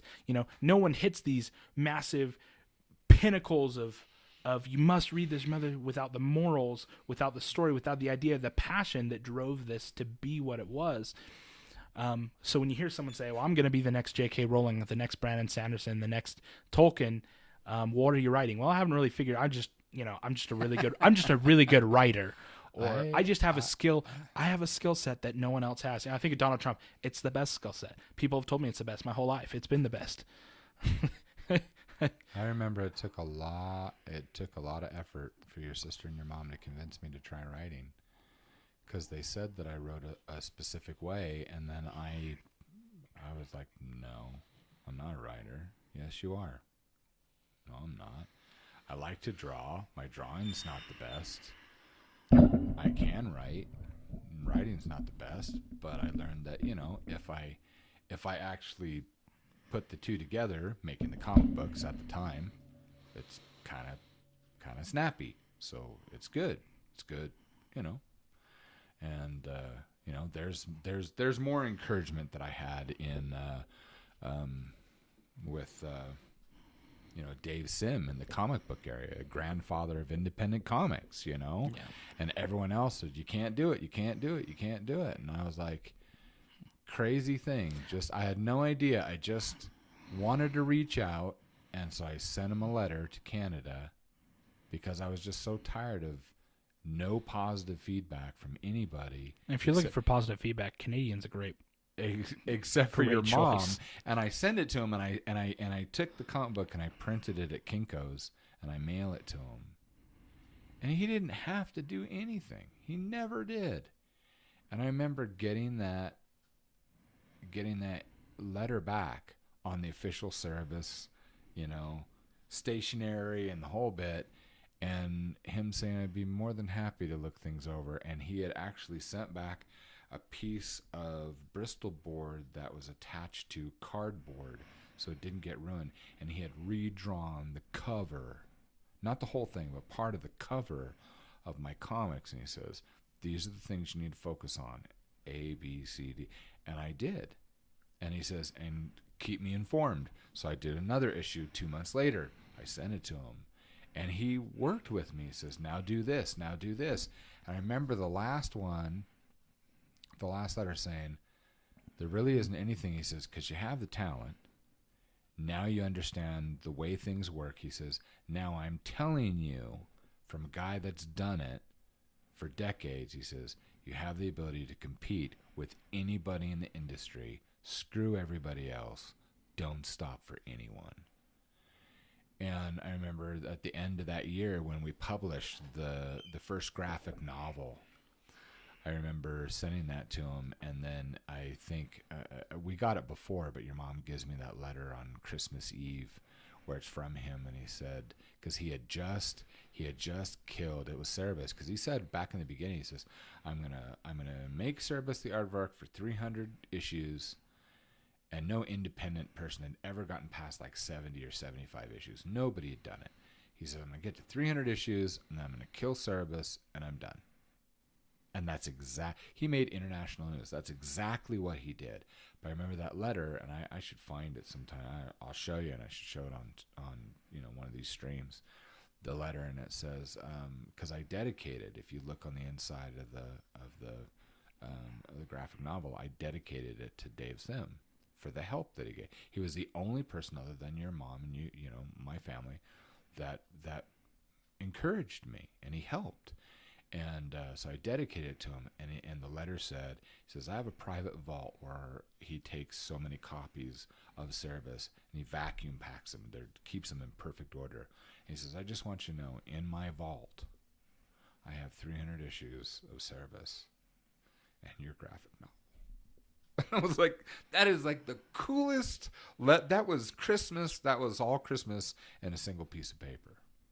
And those are the kinds of experiences why I like doing the things I do. Those to me are the rewards. People that I admire or I respect, and they say, no, you have the ability to do that. And then the rest of it isn't people validating me so much as I want to do something that is changing minds and hearts and entertaining, uplifting. So I already know, regardless of whether or not anyone says anything, I have dozens and dozens of kids. You know, I love when a friend comes home and says, "Oh my goodness, Jamie, did you know that your books are in the local library?" I was like, "Really?" "Yeah, didn't you take them down there?" "No." "You didn't donate the books?" "No." or to have Aunt Jen from Montana says that in their displays when they went into the library, the new and most popular books in the library were mine. And she's like, "Did you send these up?" "No, the library's got them on their own." Reminds me of Mitch Hedberg, Mitch Hedberg, the comedian. Okay. And he goes, yeah. He goes, well, my first comedic album. He goes, the only way I could get it in stores is when I left it there. I'd walk in, I'd put it down, I got to leave it. Says, sir, did you forget this? No, it belongs here. It is purchasable. So. Anyway, because we're about out of time, and there haven't been any questions in chat. Closing remarks before I close down. You need to find out what it is that you want, what motivates you, because if you don't know, and it doesn't have to be in publishing. It could be in parenting, it could be in your job, it could be your hobby, whatever. If you don't know your why, you're not going to be able to last the long game. You just can't. You have to have that driving force, and it has to be stronger than the opposition, stronger than the things and the people that are going to hit you. And second of all, don't listen to the naysayers. They're just freaking mud butts, and their opinions don't matter anyway. And every person has an opinion, and it doesn't matter whether it's you, me, one of the people from LTUE, or an editor from a traditional or one of the big four publishing houses. It's still an opinion. Every asshole has one. So. Yeah. So it's one of those ditto moments. So in closing, thank you to our Patreons who will continue to get the podcast and stuff. This concludes, as for you guys on Twitch, this concludes our week-long of podcasts here in the morning. Yeah, our live one. We do this once a week. Yep. But we wanted to try a full week, and it was enjoyable. Probably won't happen for a while. No, it was a bit much. Of course, at the same time, we were on the road doing other things. The snowstorms, which were darn near impossible to get here to the office, but we did. And so we just wanted to fulfill that commitment to all of you and to ourselves, because that was the goal that we had. Yep. So those of you who are watching here live, you can find us at wantedhero.com. And if you are not one of our patrons, then consider and come and see what we're doing in the world of fantasy. Oh, I do want to make an absolutely shameless plug. If you want to have a nice, fun family game, go smileygame.com. Or you can just go to Amazon and look up Go Smiley. It's a card game. It's orange. There's the company that picked it up is Smarkle, but you're not going to find it via Smarkle. Just look up Go Smiley, and it's the game that is sold by Smarkle. But it's the funniest Go Fish game you'll ever either play. It's a really good family game, or it's fun with drinking. So, anyways, for college thank you guys. Students, yeah. So you guys have thank a you wonderful so day. much. Appreciate you, and we will see you next week.